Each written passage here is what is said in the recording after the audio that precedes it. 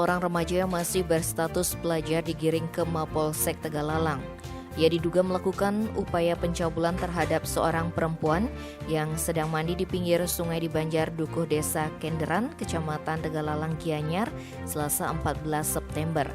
Kapolsek Tegalalang AKP Ketut Sudite yang dikonfirmasi Rabu 15 September membenarkan hal tersebut. Pihaknya mengaku telah mengamankan seorang remaja berinisial IMAAG asal Kecamatan Selemadeg Timur, Tabanan, Selasa 14 September. Remaja yang masih berstatus pelajar di Tabanan ini diduga telah melakukan upaya pencabulan terhadap seorang perempuan yang sedang mandi di pinggir sungai.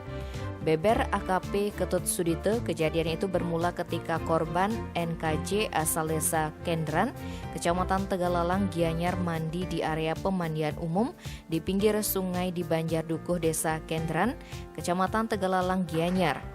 Saat mandi, tiba-tiba anjing korban yang ikut ke permandian menggonggong. Saat menoleh, korban melihat seorang laki-laki berlari ke arahnya. Korban yang ketika itu berendam hanya menggunakan celana dalam langsung mengambil handuk untuk menutupi badannya. Namun pelaku justru mendekati korban. Salah satu tangan pelaku menarik rambut korban, sedangkan tangan yang satunya berusaha menyentuh kemaluan korban. Korban yang terkejut kemudian berteriak meminta tolong dan berusaha melawan. Pelaku kemudian kabur menuju arah selatan atau jalan raya. Selanjutnya korban mencoba mengejar pelaku namun hanya menemukan sepeda motor yang diduga digunakan oleh pelaku. Tak berselang lama datang salah seorang warga setempat menghampiri korban. Korban pun menceritakan apa yang dialaminya sehingga korban dan saksi menunggui pelaku di lokasi tersebut. Sekitar 30 menit kemudian pelaku akhirnya muncul dari semak-semak. Saat ditanya, pelaku mengakui perbuatannya.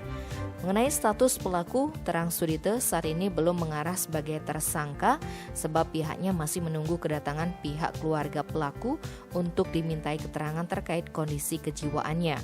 Sementara korban tidak ingin memperpanjang masalah tersebut. Tim Bali Express melaporkan.